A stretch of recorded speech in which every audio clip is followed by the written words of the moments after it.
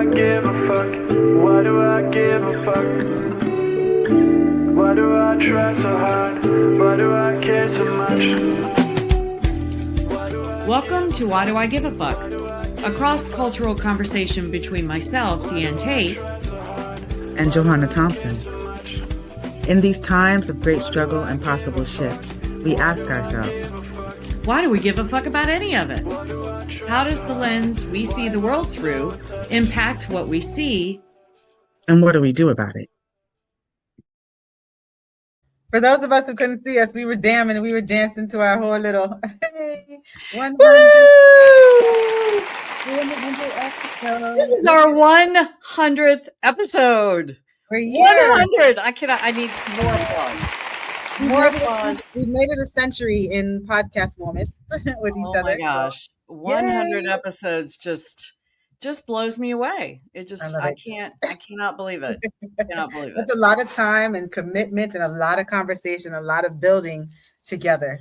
Right. So if we're just talking about like in general, what it takes for people as they're developing relationship with each other, what it takes to do that intentional conversations on a weekly basis, and we can actually identify that there's 100 conversations that we've held beyond, more conversations from before we even started doing this, but right. Like getting to this place and like, I'm curious to look back at the evolution of our communication and conversation over these 100 episodes with each other, starting from the beginning, from us talking about, let's introduce ourselves as we get to know each other more deeply and continue these conversations. And so now we're here. Let's reintroduce ourselves.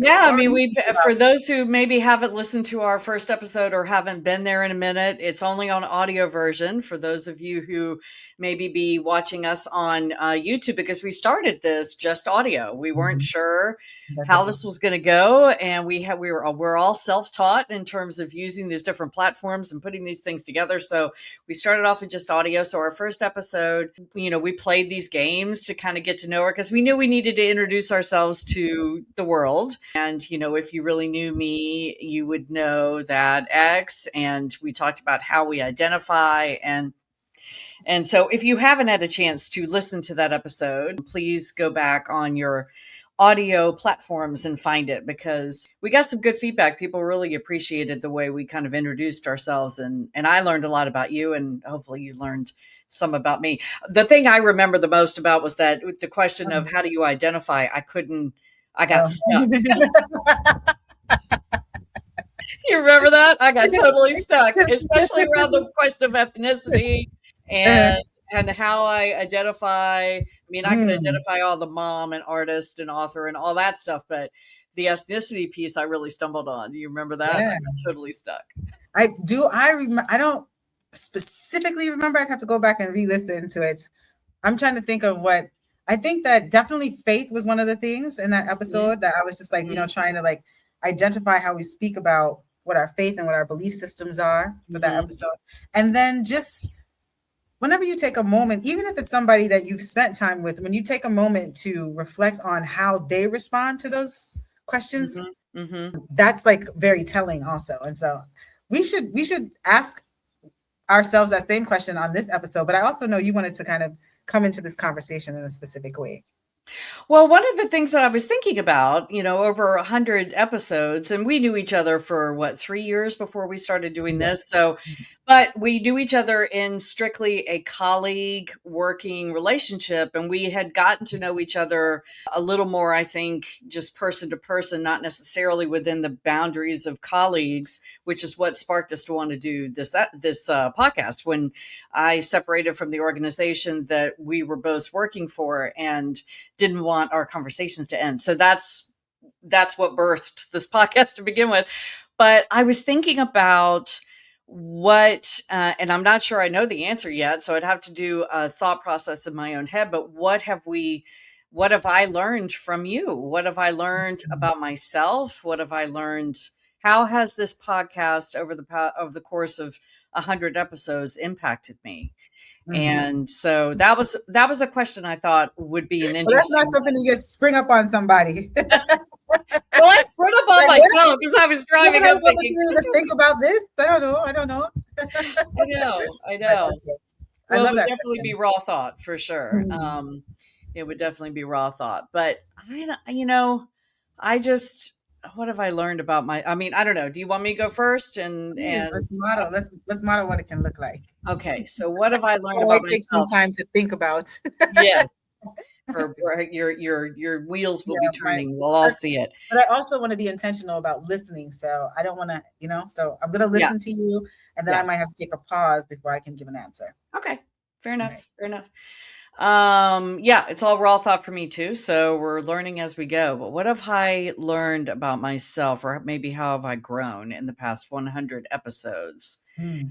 I think I have gotten more comfortable in speaking into my whiteness and how it manifests through me in my daily life and in my interactions with people that don't look like me, and my interactions with people that do look like me. I think I've gotten clearer about that, and maybe not as, I feel like I was very nervous in the early days. I mean, that was one of the intentionalities behind creating this podcast, was that we would model how to have conversations that may sometimes feel a little sticky. And I think I really I struggled with it a little bit more, and I'd be curious to hear if any listeners out there have been with us from the beginning, that maybe they could reflect on whether or not they saw this. But I feel like I struggled a little more, or I maybe tried to explain things away before I even said them. There was a lot of that back and forth in the early days, and I don't think I do that as much now. I feel like my flow is a little bit better than it used to be. I don't second guess myself quite as much. And I do think that has a lot to do with the depth and the deepening of our relationship together, that I am not, and it's funny because we just talked about this going to Charleston, that I was all worried about causing harm. I'm still worried about it, but I'm not as, I don't know. I guess I'm not operating from a place of deep fear about it as much, because I know that, because you and I have had those experiences, and you've been able to say, hey, calling you in, I'm curious, let's talk about that more. And my head hasn't exploded, or the world hasn't ended, or any of that stuff. So I do think I've grown in that a little. I'd be curious to see if in hearing that, if you could attest to that, or if that resonates with you as being true in your experience. Okay, so a part of why I was, for anyone who's watching this, you will have seen me as Diane was talking. There was a couple of times where I was like giggling.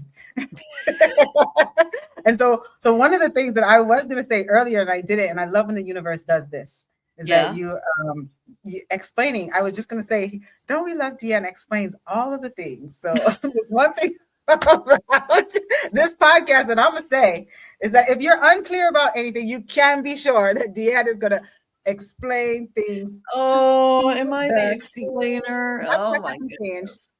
You are an explainer. Yeah. And then I was like trying to figure out, is that a white woman thing? Do they just like really try to like make sure that you clearly understand the explanation?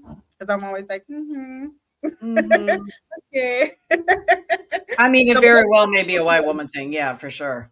I don't know.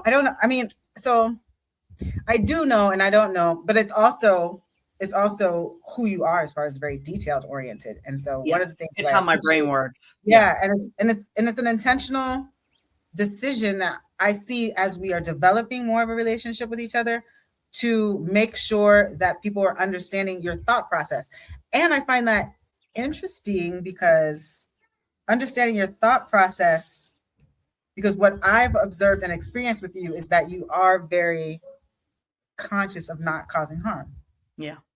So that if you're explaining like to folks how it is that you have processed your thought and what you're thinking about something, because you always end it in a lovely way. Well, what do you think about it? Or like, so it's, you're sharing your thought process. So I appreciate that. I think it's becoming more, to your point, open and authentic, and being able to communicate what that thought process is without hesitating as much as you might have in the beginning of our community. Or like I think you might have even explained this to me outside of us having this conversation on the podcast, is that you will think about whether or not you should have or say something to me, or whether or not you're going to bother me Whereas because our relationship and our communication is much more intentional and much more involved, it seems like, and I could be wrong because I don't know how your mind works until you explain it, but it seems like now it's less of that conversation before you actually just have a conversation with me. Yes. I'm curious how many folks that don't come from your same tribe do that type of thing. I don't do it, but I also come from a particular background where my environment was very white cultured. You know, I was raised in, you know, an area in California, Marin County, that was predominantly, as I was growing up, it was majority of wealthy Caucasian people. So that is the environment that I've come from. And so my ability to be in communication that seems comfortable is comfortable to me because this is the life I've existed. Surrounded by white people all the time. Yeah. Which might be why I'm in Jamaica now. So You've earned it. You have done your time. Yeah. But they like to explain a lot of things also. So maybe it's me. Yeah, it really those explanations. I mean, I'm not adverse to the idea that it's a white woman thing for sure. But I do also know that my brain works like that. I process out loud.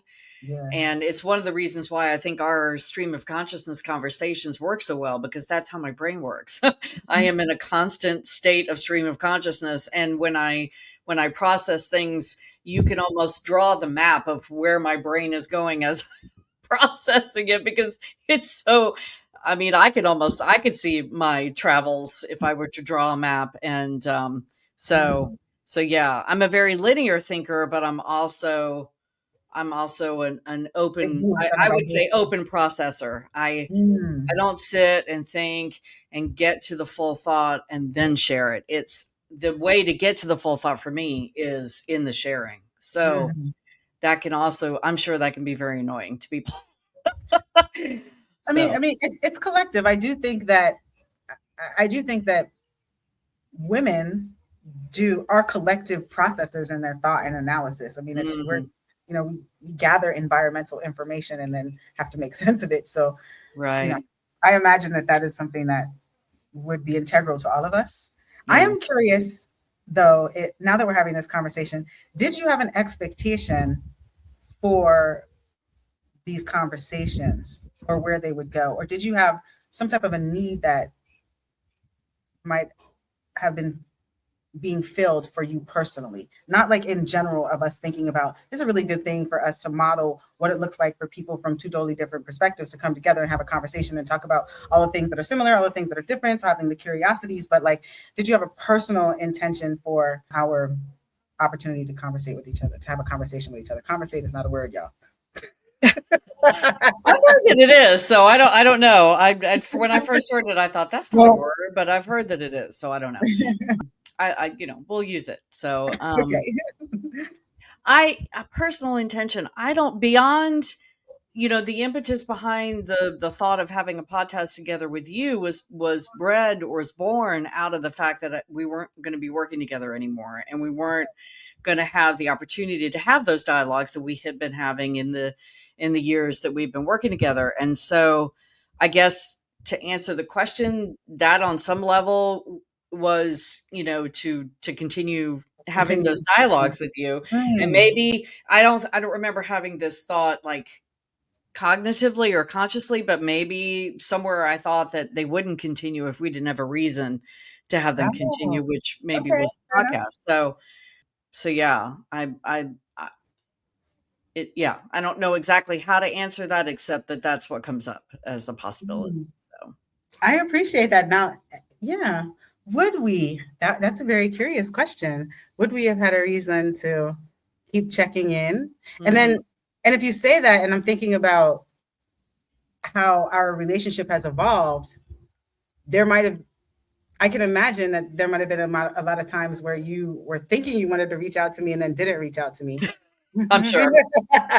In which case, hello, my name is Perpetual Warrior. Yeah. So I'm bringing this up to say, you know, is an opportunity for people to think about checking in with, if you want to build relationships with people, just build them. Yeah. You know what I mean? And just like reach out. This is a wonderful way for us to do it with intention, because we set a time. And I do think, because we come from different backgrounds, different perspectives, this is actually a good way of modeling what helps build relationships across bridges and across differences. Is like when you actually say, I'm going to spend intentional time no matter what I'm doing. And here I'm coming to this conversation. I'm going to be very fully present in a conversation. I'm going to let it flow, let it go, and see what beautiful relationships blossom out of that. I think that's a very wonderfully restorative practice. If you ask me. Absolutely. And as you're talking, I'm thinking about how I don't have a very developed skill set for that beyond and irrespective of the fact that we are from different cultures, that I am a white woman trying to engage a Black woman. And we've gone into the whole, I don't want to cause harm, and all of those things. But, when I've become very aware in my adult life, where I grew up out in the middle of kind of nowhere. It was horse country. So lots of farms, and everybody was very spread out. I didn't grow up in a neighborhood where you had neighborhood kids that rode bikes and everybody, let's go up and down the street. And you just became friends because you had proximity to each other. We had nobody around us. And so if we were going to have play dates or whatever, mom always had to drive us somewhere. It wasn't riding your bikes. It wasn't just developing those things. And so I don't know how to do that. I can live around people and never speak to them. And this might be a white thing, and it might be a combination of whiteness plus growing up out in the middle of nowhere and just not having that modeled for me. But I don't know how many times I've told someone, oh yeah, I live in that neighborhood. And they're like, oh, do you know so-and-so? She lives down the street from me. I'm like, no, I don't know anybody. I don't naturally do that. So you add that to the fact that I'm so cognizant and I don't want to burden you with this and that and all of those things. It makes it, I have to consciously make myself reach out to people, whether they're Black, white, it doesn't matter. To check in regularly it does not come naturally to me, which is bizarre, but also makes sense to me when I think about the trajectory of my life and what was shown to me and modeled for me when I was a child, which is where you learn things, right? So grew up out in the middle of nowhere. So we just didn't do let's take the cookies to the new neighbors, because we never knew if we had new neighbors because they were too far away. So we started in New York City, and I have an older brother. I know I've said this before. I have an older brother that's 2 years. So like we had, we were what they call I think latchkey young people, where moms went to go work, mom and dad had separated. And so me and my brother would make our way to school in New York City by ourselves, together, walking together and coming back, that type of situation. And so there was always like young people around. And then in New York, we were very proximal to my other family members. So the cousins on the weekend and, family thing. But then when we left New York City, we went to California from New York City. Broke my heart, tore me apart, because I was a New York girl. I was a New York City girl. And then that's a big transition. That's a big transition. Yeah. We get to California and we're in a lily white, wealthy community of people from like what you see on TV, right? And we're the anomaly young people in that community. Thank God my older brother could play sports really good. So, became like the good Black boy who could play sports. Filling that stereotype, Well, I mean, and it stereotype and reality also, because right. He had the skills. I guess I mean stereotype by the way that's how whiteness might feel like they can engage with him, because he's in the role that whiteness expects him to be in. So and the role that he wanted that made sense for him in whiteness. So like there was two parts of it, because his skills and abilities were excellent. And so there was a benefit to, utilizing the skills and abilities. But that type of community, because there was team involvement in my youth, and I played a little sports too here and there. I did a little soccer, a little volleyball and all that kind of stuff. Okay. So that's my little fun. But we had like that very team and community experience with us. So like, you meet people on your team, and then you're at everyone's birthday parties, and the school that we went to when I did go to public school, all of the young people from around that area went to that area, and there was a park that we all went to. So it was a very fathers knows best community. Even though my mother was a single mother Black woman in that community, there was social young people around us all of the time. So I am very open to having to express myself in my authenticity from the beginning, because as a young Black woman around all of these white folks, if you didn't stand up for yourself, you could be lost or treated in a way that wouldn't be healthy in a developmental period of your life. So right. So I have that difference. And as we are having this conversation, it is kind of illuminating some other things that I think is important to have in this conversation, because we have listeners. The reason for us to take this pause and really take a deep dive into the evolution of our relationship, especially in this moment, I want to make this make sense, is because there's so much divisiveness that's happening across the globe. But there's particularly a specific type of divisiveness that's happening in the United States. And as our democracy is being eroded, and as representation is shifting in the way that it's shifting, if people are not figuring out different ways to develop relationships with each other and talk to each other and create a deep dive of connection with one of each other, then the US is going to look the way that it has looked in the past, with a different type of person that has more access to information.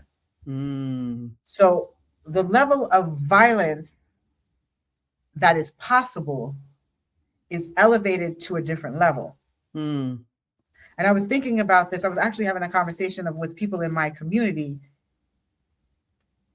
If we're returning to a time where there's like Black codes, or if we're returning to a time of like Jim Crow, or if we're returning to this time of like shadow existence or second citizenship free, you are dealing with a demographic of humans that don't accept that as the same way, because they've experienced life differently. Right. And so unless you are figuring out how to be in communication with people, unless you're figuring out, despite your differences, how to hear people, understand what their experiences are, and identify what the common grounds are. And if there are not common grounds, at least be able to hear how the grounds are different, so that you can, figure out a way to develop some type of social relationship. I'm not talking about a relationship where you're developing care and consideration, but care and consideration just for the fact that someone is another human that you should have you should hold some type of dignity for and towards, that type of a thing. And so us taking time to say, okay, this is 100 episodes, we've been having this conversation, our relationship has evolved in a particular type of way, our ability to be more authentic and honest with each other has developed in such an important way. And it's important for us to kind of laugh about that, to celebrate that, but then to also be like, we're modeling what is one of the key essential elements that are necessary in this moment, as we're watching all of the shifts happen, particularly in the United States, because the United States offers a global narrative to other places as to like what relationships can and should look like. Right. Thank you for that. And I actually want to say out loud, as I'm listening to you say that, one of the things that I want to get better at is like you said, remembering people's humanity, even if they can't remember their own. So like one of the things that I've been like struggling with over the past 2.5 years in my very steep learning curve, I was not one of those people that knew what was happening in Palestine before October 7th. So full disclosure, brand new here. And when I started to learn what was happening, I did a deep dive into it, and then got very frustrated and angry at those who refused to see what was happening in Palestine, refused to do what I was doing, which was doing the deep dive. They wanted to stay in there. And I didn't even have, I can honestly say I didn't even have Zionist belief systems. I didn't have to unpack indoctrination. I literally did not know what was happening over there. It was not on my radar at all. So I didn't have that piece of having to unpack something to then relearn something new. I was just learning something new. And as I'm saying this out loud, it's actually helping me kind of get to where I said I wanted to get to in the beginning, which is remembering people's humanity, because I see, I mean, I'm no longer speaking to people in my life that were in my life before October 7th. And when I saw how they handled what was happening, either by ignoring it or by discounting it or by saying it's not true, or there's two sides, or Israel has a right to defend itself, which makes me crazy, I wrote them off.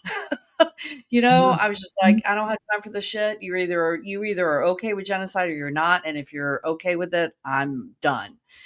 And in doing that, I forgot about their humanity, even if they had forgotten about theirs. If they're going to say that I'm okay with genocide, which is in my mind what you're saying, if you're saying Israel has a right to defend itself, then to me, you've lost your humanity, or at least a significant portion of it. And is that helping the world at all if I just say, well, you've lost your humanity, so, Right. I'm done, let me move on. No, that part, that's like some truth telling right there. That's something really to think about. Like, how is it when there are people that are existing that are so antithesis to your own existence? Yeah. You are trying to recognize their humanity. Because when you initially said this statement of when people are not recognizing their own humanity, and I was like, like, how do we make the determination about how somebody is recognizing their own humanity? And I'm hearing in what you're saying is that when you can position yourself to be creating so much harm that you are not being aware of the level of genocidal violence that other people are experiencing in that's when we need to be checking in with ourselves in our human capacity. Like, would I want my entire culture of people, my entire heritage of people to be violently attacked?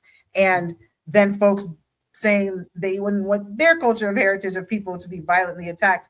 And because both of us don't want our cultures of people to be violently attacked, we should not be violently attacking each other. It Not doesn't seem like anybody. it's rocket science. Yeah. You know what I'm saying? Yeah. But like, that is the remembering your humanity. Right. And That's remembering what I other mean. people's humanity. Right. Right.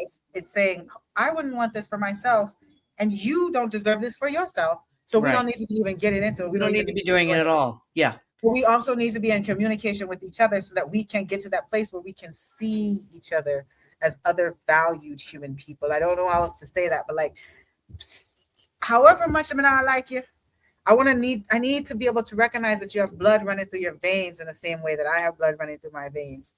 And you deserve to exist as much as I deserve to exist, however horrible you are. So if we all deserve to exist, then let's get to that and stop being violent and harming each other. Right. Let's get to this. Let's get to a conversation. Let's talk about how we're different. Let's say, I'm curious as to how you're thinking like that, because I don't understand. I'm not going to make judgment on it, but I need to have clarity about how you're coming to what you come into. Yeah. Because that's important. You're so much better at that than I am. And I'm identifying that my history with my abuse by my father and how that toxicity, I had to cut him out of my life. I'm feeling, or I'm identifying that that's a pattern of behavior. That's like, if you're toxic, you're gone. That is how I protected myself. Safety. Yeah, man. That's safety. Yeah, that's my safety. Critical. And so, I mean, my therapist has said I have a very strong sentinel. I have a soldier that, that protects me from people who are toxic. And so I'm identifying, as I'm hearing you speak, that I behave that same way. That's how I handle anybody. That I don't know that I have ever been in a place where I could say, I hear what you're saying, and I'm going to try not to sit in judgment, but I want to hear more about how you got there, because what are you talking about? You have taught me a lot about how to do that. I don't know that I'm still very good at it. And I do think that there are patterns in my life that have ensconced this sentinel, if the limb is bleeding and you're going to bleed out, just lop it off. Just get rid of it, because that's the way to Cut it off. life. Yeah, man. Just cut it off. I get So it. you're right. That's not necessarily going to get us where we want to be in terms of trying to, and in a lot of ways, as you said earlier, our country, especially in the US, the powers that be, the Epstein class, as you would prefer that we cut each other off, because if we're not Absolutely. talking to each other, that You get to feeds catch and a wedge. fits with their intention. Absolutely. Because the more divided we are, the less that we can come together and drum them out and get, and the easier manipulated we are. You know, we are, Absolutely. the We can easier go we in are to fair. indoctrinate, the easier Yeah, we when you- are to, yeah. And those are some of the things, like, we started this conversation talking about what have we learned about each other. So I want to offer some of the things that I've learned about you now that I've had this moment to talk and be thinking about it. And then on our next episode, we can deep dive into some of the things that, as we were actually in each other's presence for a long period of time, like sharing space together, some of the things that we learned about each other in the next episode. But one of the things that I learned, or that I am learning through our relationship and our conversation, is what it means to be intentional about doing something, like, and really be committed to it, and like holding to that commitment. Okay. So like I really appreciate that, because when you said, if we didn't make a plan, continue to develop a relationship, would we have continued to develop a relationship? And that's where I'm not good at. Like, I can move through space and be present where I'm present, but making an intentional effort to, like, if you're not here where I'm present, I'm dealing with what's present.